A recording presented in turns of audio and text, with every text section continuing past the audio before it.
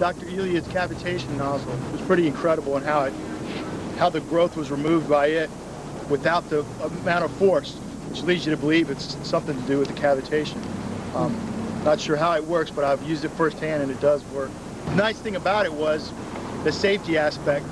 It's where mine, if you rub it across your fingers, you'd be missing the skin and flesh off your fingers, where 1700 psi, you could still run it across your fingers and not do damage, but it was removing the same amount of growth at the same rate.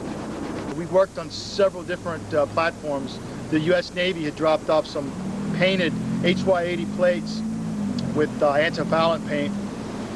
The cavitation nozzle went across it, didn't remove any of the paint. Then we worked on concrete pilings, which had oysters, some of them 2.5, 3 inches long, and it brought it off, took it right down to the concrete without etching the concrete. We also worked on a couple barges that had up to 2 inches of growth on it. These barges, some were painted, some were down to rust. It would take the rusted metal right down to bare metal, but the painted sections, it left intact, just removing the marine growth.